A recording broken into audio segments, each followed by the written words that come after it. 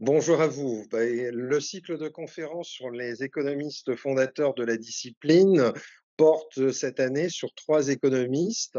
Le premier est Adam Smith, le second est John Maynard Keynes et le troisième, Joseph Alois Schumpeter. Alors, le choix de ces trois économistes est lié à la fois à leur importance dans la pensée économique et dans leur actualité. En effet, Adam Smith structure la pensée économique dès son origine, puisque avant l'économie est une science qui est sous la tutelle d'autres disciplines comme la philosophie, la politique, voire même la religion. Et Adam Smith va nous proposer une vision de l'économie où il démontre que le travail est la source et la nature de la richesse d'une nation, qui est le titre même de son ouvrage. Et c'est toujours avec beaucoup de plaisir et d'intérêt que je suis amené à exposer et à lire le travail d'Adam Smith, qui est le point de départ de toute analyse économique.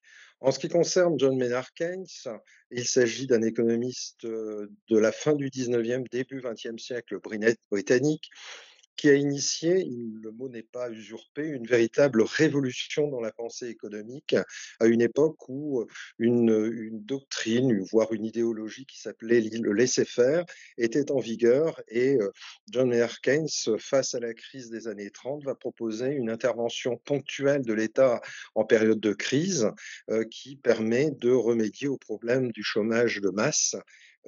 Keynes a été en quelque sorte victime de son succès puisqu'il a trouvé sur son chemin plus keynésien que lui, c'est-à-dire ses successeurs qui après vont faire de l'intervention de l'État un procédé continuel. Enfin, l'actualité de Joseph Alois Schumpeter est liée bien évidemment à la période que nous traversons de révolution technologique. Alors, il est impropre de parler de révolution industrielle puisque la plupart se déroulent dans le cadre des services qui aujourd'hui n'utilisent pas les moyens technologiques qui sont liés à la révolution de l'Internet et des smartphones. Et cet économiste, bien que l'essentiel de son œuvre se situe dans la première moitié du XXe siècle, va montrer le rôle déterminant de l'innovation dans l'analyse économique.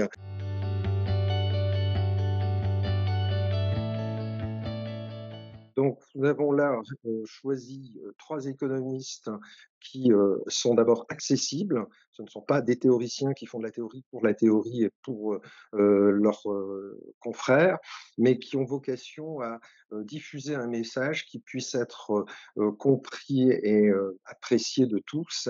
Et c'est ce que je vais m'efforcer de faire en essayant de vous communiquer la passion qui est la mienne à lire et à parler de ces économistes. Donc les conférences sur les auteurs se présenteront de la même manière que celles sur l'actualité économique, à savoir qu'il y aura un exposé d'une heure sur l'auteur, puis après un débat, questions, échanges avec le public pour travailler et réfléchir ensemble sur l'actualité de leurs pensées. Alors j'espère, comme ce fut le cas l'an dernier, que vous serez nombreux à participer à ces conférences, conférences nouvelles. Vous verrez que parler des auteurs passés n'est pas dépoussiérer de vieux livres, mais au contraire se plonger dans une actualité extrêmement brûlante. Je vous dis à bientôt et je vous remercie pour votre écoute.